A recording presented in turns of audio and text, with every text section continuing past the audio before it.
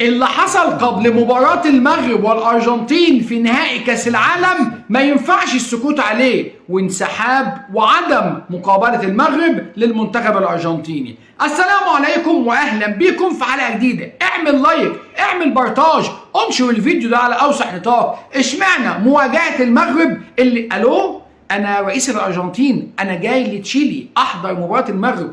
اشمعنى المغرب؟ اشمعنى رئيس فرنسا في 2022 جه ايضا في نصف النهائي؟ يعني سبحان الله، ايا كان هو الدور اللي بيلعبه منتخب المغرب لازم يجي رئيس الدوله ويقعد جنب رئيس الدوله المستضيف، يقعد جنب انفنتينو، الضغط يحصل، التحكيم، ولك لازم الارجنتين تفوز زي ما ميسي دايما كان بيفوز بلقاءات وافضل لاعب في العالم، رغم ما يكونش هو الافضل في وقتها.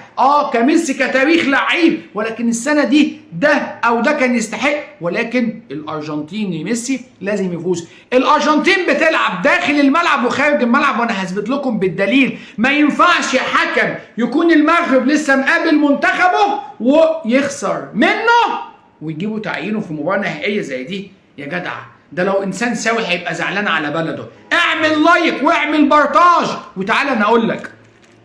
كل الناس متخوفه من حضور رئيس نادي الارجنتين المباراه، وكل الناس عارفه ان ممكن الضغط اللي يحصل. وانا هنا بتكلم من رئيس الاتحاد الدولي، ازاي تقبل وجود حد مسؤول بارز زي ده؟